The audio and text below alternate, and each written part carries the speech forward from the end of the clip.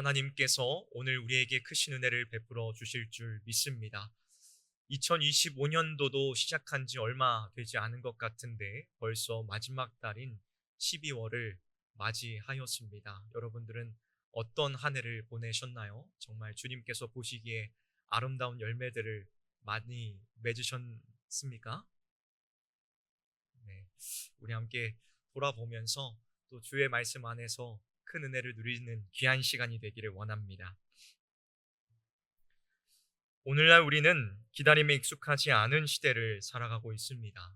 차가 막히면 조급해지고 음식이 늦게 나오면 불편해지며 메시지나 문자를 보냈을 때에 상대방의 답장이 늦어지면 마음이 초조해지기 시작하지요. 기다리는 것은 마냥 손해처럼 느껴지고 가능한 한 줄이고 피하고 싶어 합니다. 그래서 세상은 지금 당장 빠를수록 좋다를 외칩니다. 하지만 하나님께서는 늘 기다림을 통하여 역사에 오셨습니다. 여러분, 하나님의 약속은 대부분 즉시가 아니라 오랜 기다림을 통하여 성취되었습니다. 성경 속 믿음의 사람들 역시도 모두 이 기다림의 길을 걸어왔지요. 아브라함은 오랜 세월 아들을 기다렸고, 다윗은 왕으로 기름 부음을 받은 후에도 수년 동안 도망자의 삶을 살며 기다려야 했습니다. 이스라엘 백성들은 수백 년 동안 오실 메시아를 기다렸고 마침내 그 약속이 예수 그리스도 안에서 이루어졌지요. 우리는 지금 대림절을 보내고 있습니다. 지난 주일부터 시작된 대림절은 오늘로써 두 번째 주일을 맞이하였습니다. 여러분, 대림절은 단지 성탄절을 준비하는 시즌이 아닙니다. 이미 오신 예수님을 기념하면서 동시에 다시 오실 주님을 믿음으로 기다리는 절기입니다. 이 절기는 단지 연말의 행사가 아니라 하나님의 때를 신뢰하며 하나님의 말씀 앞에 깨어있는 그러한 시간이 되어야만 합니다. 오늘 본문에 나오는 마리아는 바로 그 기다림의 자리에 서 있던 사람이었습니다. 나사렛이라는 작은 동네의 지극히 평범한 처녀였지만 그녀는 하나님의 때가 이르렀을 때에 말씀을 받아들일 믿음의 준비가 되어 있었습니다. 그리고 그녀는 그 말씀에 순종함으로써 하나님의 약속이 이 땅에 이루어지는 통로가 되었지요. 사랑하는 성도 여러분, 오늘 우리 역시 하나님의 말씀 앞에 서 있습니다. 우리는 지금 어떤 기다림의 자리에 서 있습니까? 이 대림절 우리의 조급한 마음을 잠시 내려놓고 하나님께서 일하시는 기다림의 자리를 다시 한번 바라보면서 믿음으로 그 자리에 서는 은혜가 우리 모두에게 있기를 주님의 이름으로 간절히 축복합니다. 먼저 첫 번째로 하나님의 백성은 약속을 기다리는 자들입니다. 하나님의 말씀은 언제나 목적을 가지고 주어지며 그분의 때에 반드시 이루어집니다. 그러나 그 약속이 언제 어떻게 성취될지는 우리가 생각했던 계획 그리고 뜻과는 다를 수 있습니다. 하나님께서는 침묵하시는 것처럼 보일 때에도 약속을 이루기 위하여 쉼없이 일하고 계십니다. 오늘 본문에서 천사가 마리아에게 나타났던 그 순간도 그저 개인적인 사건이 아니라 오랜 기다림 끝에 하나님이 응답하신 때였습니다. 본문 26절에 나오는 여섯째 달에라는 표현은 단순한 시간 정보가 아니라 하나님의 약속이 이루어질 때가 마침내 이르렀음을 알려주는 표현인 것입니다. 여러분, 하나님께서는 자신의 약속을 아무에게나 맡기시지 않습니다. 눈에 띄고 뛰어난 사람을 쓰시기보다는 묵묵히 말씀을 기다리는 사람, 조용하고 신실하게 삶을 살아내는 자들을 통하여서 그분의 뜻을 이루십니다. 마리아는 바로 그러한 사람이었습니다. 그녀는 이스라엘 사람들 가운데 주목받는 인물은 아니었지만 하나님께서는 그 마음의 중심을 보셨고 말씀을 받아들일 준비가 된 그녀에게 천사를 보내셨습니다. 그리고 그 천사의 입술을 통하여 이 놀라운 말씀이 선포되지요. 누가복음 1장 28절의 말씀입니다. 은혜를 받은 자여 평안할지어다. 주께서 너와 함께 하시도다. 이 장면은 기다리는 자에게 임하는 하나님의 은혜를 보여줍니다. 여러분, 은혜는 자격 있는 자에게 주어지는 상이 아니라 신실하게 하나님만을 바라보는 자들에게 주어지는 선물입니다. 기다림의 시간은 사람의 눈에는 아무런 의미가 없어 보일 수도 있지만 하나님께서는 그 시간을 사용하여 한 사람을 준비시키시고 그의 삶을 통하여서 자신의 일을 이루어 가십니다. 그렇게 진짜 신앙은 하나님의 약속이 당장 보이지 않을 때에 어떻게 살아가는가, 어떻게 살아내는가로 드러납니다. 기다림은 단순한 인내가 아니라 하나님이 반드시 말씀하신 것을 이루신다는 신뢰에서 비롯된 삶의 자세인 것입니다. 시간이 지나고 상황이 변해도 하나님의 말씀이 옳다는 것을 믿는 그 사람들만이 끝까지 기다릴 수 있습니다. 사도 바울은 로마서 8장 25절에 이렇게 증언하고 있지요. 만일 우리가 보지 못하는 것을 바라면 참음으로 기다릴지니라. 보이지 않는 것을 향한 기다림, 이것이 바로 믿음의 자리인 것입니다.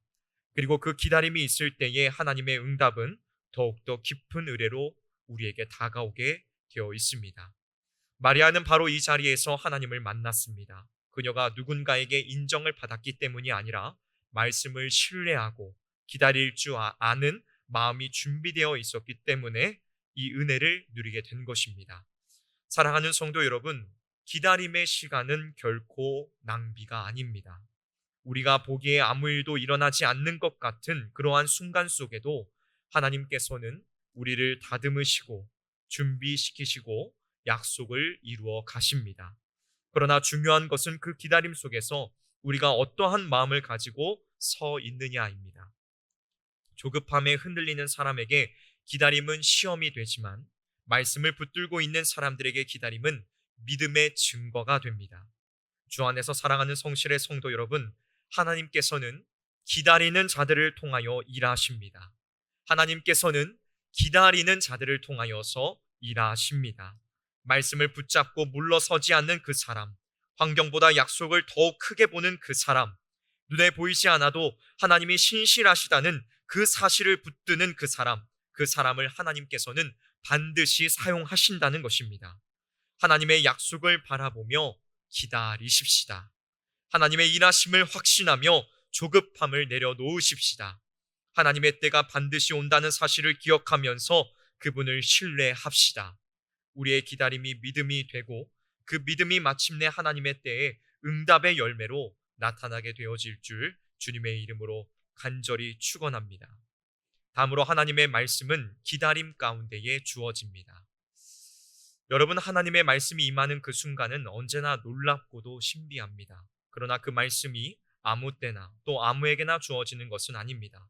하나님께서는 준비된 마음, 기다림 가운데 있는 자들에게 말씀하십니다. 본문 31절을 보시면 천사가 마리아에게 이렇게 전하고 있지요. 보라, 내가 잉태하여 아들을 낳으리니 그 이름을 예수라 하라. 여러분, 이 말씀은 단순한 예고가 아니었습니다. 오랜 세월 동안 메시아를 기다려온 이스라엘 백성들에게 주신 하나님의 구원의 약속이 이제 마침내 현실로 이루어진다는 그러한 선포였습니다. 그리고 그 거대한 약속의 말씀이 이 작고 평범한 시골 처녀 마리아에게 맡겨졌다는 사실은 너무나도 중요한 사실입니다. 말씀이 전해질 때에 사람들의 반응은 다양합니다. 어떤 사람들은 말씀을 그냥 흘려 듣습니다. 어떤 사람들은 의심하거나 거부합니다. 그러나 마리아는 달랐습니다. 그녀는 이해되지 않는 말씀이었지만 마음을 열고 질문하며 그 말씀을 받아들였습니다. 믿음의 기다림이 있었기에 이 말씀이 그녀 안에 뿌리 내릴 수 있었던 것입니다. 사랑하는 성도 여러분, 오늘도 하나님은 말씀하고 계십니다. 말씀은 강단을 통하여, 성경을 통하여, 삶의 모든 순간들을 통하여 전해지고 있습니다. 그러나 말씀이 전해져도 듣는 사람이 적은 이유는 말씀을 기다리는 마음이 점점 사라지고 있기 때문입니다.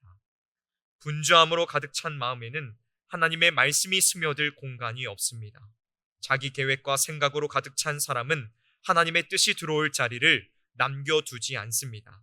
그러나 기다림 속에서 마음을 낮추고 하나님만을 바라보는 그 사람들에게는 말씀이 그 안에서 깊이 울리고 말씀에 반응할 수 있는 힘이 생깁니다. 본문 34절에서 마리아는 이렇게 묻습니다. 나는 남자를 알지 못하니 어찌 이 일이 있으리이까? 여러분, 이 말은 불신에서 나온 질문이 아닙니다. 이해를 구하는 순수한 마음, 그리고 하나님의 뜻에 순종하고자 하는 강력한 믿음의 표현이었습니다. 그리고 이에 대한 천사의 대답은 무엇이었습니까? 성령이 내게 임하시고 지극히 높으신 이의 능력이 너를 덮으리니. 여러분, 이 말씀은 사람의 힘과 지식, 논리가 아니라 하나님의 능력과 역사로 모든 일이 이루어진다는 것을 가르쳐 주는 것입니다. 믿음은 하나님의 말씀 앞에서 어떻게를 내려놓고 말씀대로 하옵소서를 고백하는 자리로 나아가게 만듭니다. 하나님의 말씀은 지금도 능력이 있는 줄로 믿습니다. 그리고 그 말씀이 오늘 우리들에게도 임하고 있는 줄로 믿습니다. 그 말씀을 진심으로 받아들이는 사람은 더 이상 이전의 삶으로 돌아가지 않습니다.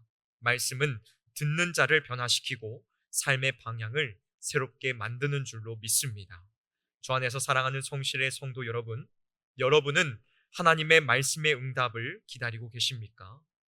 혹시 그 말씀의 응답이 너무나도 더뎌서 낙심하고 계신 것은 아닌가요? 하나님께서는 그분의 때에 반드시 응답하십니다. 그러므로 우리에게 필요한 것은 그 말씀을 붙잡고 기다릴 수 있는 하나님을 향한 신뢰와 조용히 기다리는 마음입니다.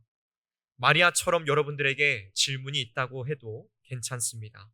이해가 잘 되지 않아도 괜찮습니다. 하나님의 말씀은 우리의 이성보다도 훨씬 더 크고 우리의 계획보다도 훨씬 더 높습니다. 하나님을 향한 신뢰와 말씀 안에 믿음을 소유하고 있다면 하나님께서는 반드시 그 말씀을 우리의 삶에 이루어 가실 것입니다. 사랑하는 성도 여러분, 우리의 조급한 마음을 내려놓고 하나님의 때를 기다리며 말씀 앞에 귀 기울이고 순종하는 자로 서기를 결단합시다. 마리아처럼 말씀의 믿음으로 응답하며 우리의 일상 속에 주어지는 하나님의 말씀에 민감하게 반응하는 삶을 살아갑시다. 그럴 때 하나님의 말씀은 우리의 삶 속에 실제가 되고 우리는 그 뜻을 이루는 은혜의 통로가 될 것입니다. 기다림 속에 역사하시는 그 하나님을 신뢰하면서 오늘도 그분 앞에 마음을 내어드리는 저와 여러분들이 될 수 있기를 주님의 이름으로 축원합니다. 마지막입니다. 순종은 기다림의 결실이며 은혜의 열매입니다. 하나님의 말씀이 주어진 후 그 말씀에 어떻게 반응하느냐는 그 사람의 믿음의 깊이를 드러냅니다. 말씀을 단지 듣는 것으로 끝나지 않습니다. 그 말씀을 붙들고 살아내는 것, 그것이 바로 순종입니다. 본문에 나오는 마리아는 하나님의 약속을 매우 특별한 방식으로 받았습니다. 처녀가 잉태한다는 말씀은 사람의 상식이나 경험으로는 도무지 이해할 수 없는 일이지요. 마리아는 이 말씀을 받아들임으로 인하여서 현실적으로 많은 부담과 어려움을 감내해야 했습니다. 사람들의 시선, 요셉과의 관계, 사회적인 비난, 설명할 수 없는 오해들까지 감내해야 했습니다. 그러나 그녀는 그 모든 상황 속에서도 이렇게 고백합니다. 본문 38절입니다. 주의 여종이오니 말씀대로 내게 이루어지이다. 여러분, 이 고백은 단순한 수능이나 체념이 아닙니다. 하나님의 뜻에 대한 깊은 신뢰에서 나오는 믿음의 응답인 것입니다. 자기의 생각과 계획을 내려놓고 하나님의 뜻이 옳다고 고백하는 마음인 것입니다. 이것이 바로 참된 순종입니다. 하나님께서 기뻐하시는 것은 바로 이러한 마음의 태도입니다. 하나님께서는 사람을 부르실 때에 먼저 지식을 묻지 않으시고 능력을 요구하지 않으십니다. 주님의 뜻이라면 예라고 말할 수 있는 마음, 그 마음을 찾으신다는 것입니다. 그리고 그 순종은 우리의 의지로만 되는 것이 아닙니다. 순종조차도 하나님의 은혜가 먼저 주어졌기에 가능한 것입니다. 하나님의 은혜가 우리 안에 임하고 그 은혜를 믿음으로 받아들일 때에 삶으로 열매 맺는 순종이 따라오게 됩니다.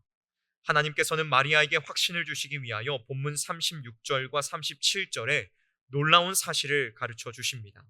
이미 늙어 아이를 낳을 수 없었던 엘리사벳이 임신하여 여섯 달이 되었다는 소식입니다. 그리고 37절의 말씀으로 성경은 마무리하고 있죠. 대저 하나님의 모든 말씀은 능하지 못하심이 없느니라. 이 말씀은 마리아의 마음에 확신을 주었고 그녀의 마음에 순종을 가능케 한 믿음의 토대가 되었습니다. 여러분, 하나님의 말씀은 반드시 이루어집니다. 믿으십니까? 말씀은 현실보다 크고 우리의 이해보다 더욱 깊습니다. 그 말씀을 믿는 자는 비록 두렵고 이해할 수 없어도 끝내 아멘으로 순종하게 됩니다. 사랑하는 성도 여러분, 우리에게도 이 믿음의 확신이 필요합니다. 하나님께서는 지금도 우리의 삶 속에 말씀하시고 순종을 요청하고 계십니다. 때로는 모든 것이 불확실하게 느껴질 수도 있습니다. 때로는 모든 것이 손해보는 것처럼 보이기도 합니다. 감당하기 두려운 일처럼 다가오기도 합니다. 그러나 믿음으로 사는 사람은 결국 순종으로 살아가는 사람입니다. 그리고 그 순종은 내 힘이나 결단이 아니라 하나님의 은혜에 대한 응답입니다. 사랑하는 성실의 성도 여러분, 신앙은 정보가 아닌 반응입니다. 지식이 아닌 삶의 태도입니다. 하나님께서 나에게 말씀하셨을 때 내가 어떻게 반응하는가가 내 신앙의 깊이를 보여줍니다. 기다림의 끝에 하나님의 말씀이 임하고 그 말씀은 우리로 하여금 믿음의 순종으로 나아가게 합니다. 그리고 그 순종을 통하여 하나님께서는 지금도 이 땅 위에 그분의 뜻을 이루어 가십니다. 주의 말씀대로 내게 이루어지이다. 주의 말씀대로 내게 이루어지이다. 이 고백은 단지 과거 마리아의 고백이 아닙니다. 오늘도 말씀 앞에 아멘으로 응답하는 사람, 하나님의 계획이 나의 계획보다도 옳다고 믿는 사람, 그 사람이 바로 오늘 은혜의 열매를 맺는 사람인 것입니다. 말씀을 마무리하도록 하겠습니다. 기다림은 때때로 우리를 지치게 하고 어떤 때는 그 끝이 보이지 않아 두렵게 만들기도 합니다. 그러나 성경은 분명하게 말씀합니다. 하나님께서는 기다림 속에 일하시며 말씀을 주시고 그 말씀에 순종하는 자들을 통하여 그분의 뜻을 이루신다고 말씀하고 있습니다. 마리아는 평범한 여인이었지만 하나님의 때에 말씀을 받았고 그 말씀 앞에 주의 여종이 오니 말씀대로 내게 이루어지이다 라고 고백하며 역사의 전환점에 서게 되었습니다. 그녀의 기다림은 헛되지 않았고 그녀의 순종은 은혜의 열매를 맺었습니다. 여러분, 이 대림절의 기간 우리도 다시 한번 우리의 마음을 돌아보아야만 합니다. 우리는 어떠한 마음으로 하나님을 기다리고 있습니까? 어떠한 마음으로 하나님의 말씀을 듣고 있습니까? 그리고 어떠한 마음으로 말씀이 주어졌을 때에 반응하고 있습니까? 기다린다는 것은 단순히 멈춘다는 의미가 아닙니다. 기다림은 하나님의 뜻을 소망하며 믿음으로 준비한다는 의미를 가지고 있습니다. 사랑하는 성도 여러분, 이 대림절 우리의 마음이 마리아처럼 되기를 소망합니다.